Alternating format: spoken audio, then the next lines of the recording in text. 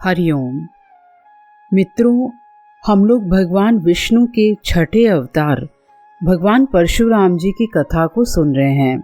पुराणों में बताते हैं कि भगवान परशुराम जी चिरंजीवी हैं, अर्थात वे कल्प के अंत तक इसी पृथ्वी पर जीवित रहेंगे। पिछले अंक में हम लोगों ने उस प्रसंग को सुना जहाँ पर धर्म की स्थापना के लिए परशुराम जी ने अपनी माता तक का वध कर दिया था। अब आगे भगवान परशुराम जी के जीवन का एक और प्रसंग आता है जिसमें वे पुनः पूरी दृढ़ता के साथ धर्म की स्थापना करते हैं। अन्याय, अत्याचार और अधर्म के प्रतीक बने राजा कार्तवीर्य सहस्रार्जुन के दुष्कर्मों से आतंकित धर्मशील प्रजा का उद्धार करने के लिए ही ईश्वर ने मनुष्य रूप में परशुराम जी के रूप में अवतार धारण किया था। पुराणों में बताते हैं कि परशुराम जी ने 21 बार क्षत्रियों को पृथ्वी से नष्ट कर दिया था। क्षत्रियों का एक समाज है जिसे हैहय वंशी समाज कहा जाता है। इस समाज में एक राजा हुए सहस्रार्जुन। परशुराम जी ने इस राजा और इनके पुत्र और पौत्रों का ही वध किया था और माना जाता है कि उन्होंने इसके लिए 21 बार युद्ध किया था। सहस्रार्जुन एक चंद्रवंशी राजा थे। राजा सहस्रार्जुन के पिता का नाम कृतवीर्य था और इसीलिए उन्हें कार्तवीर्यार्जुन भी कहा जाता है। कार्तवीर्यार्जुन ने अपनी आराधना से भगवान दत्तात्रेय को प्रसन्न किया था। भगवान दत्तात्रेय ने युद्ध के समय कार्तवीर्यार्जुन को 1000 हाथों का बल प्राप्त करने का वरदान दिया था, जिसके कारण उन्हें सहस्रार्जुन कहा जाने लगा। सहस्रार्जुन के पराक्रम से रावण भी घबराता था, लेकिन एक समय ऋषि वशिष्ठ के श्राप से सहस्रार्जुन की मति मारी गई थी। सहस्रार्जुन ने परशुराम जी के पिता जमदग्नि के आश्रम में एक कपिला कामधेनु गाय को देखा और उसे पाने की लालसा से वह कामधेनु को बलपूर्वक आश्रम से ले जाने लगा।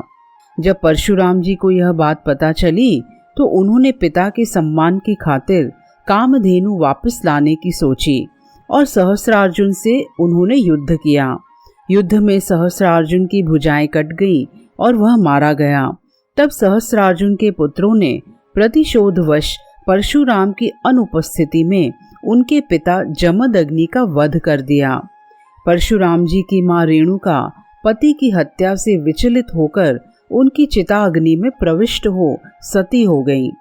इस घोर घटना के उपरांत परशुराम जी अत्यंत क्रोधित हो गए और उन्होंने संकल्प किया कि मैं हैहय वंश के सभी क्षत्रियों का नाश कर दूंगा। तब अहंकारी और दुष्ट हैहय क्षत्रियों से उन्होंने 21 बार युद्ध किया।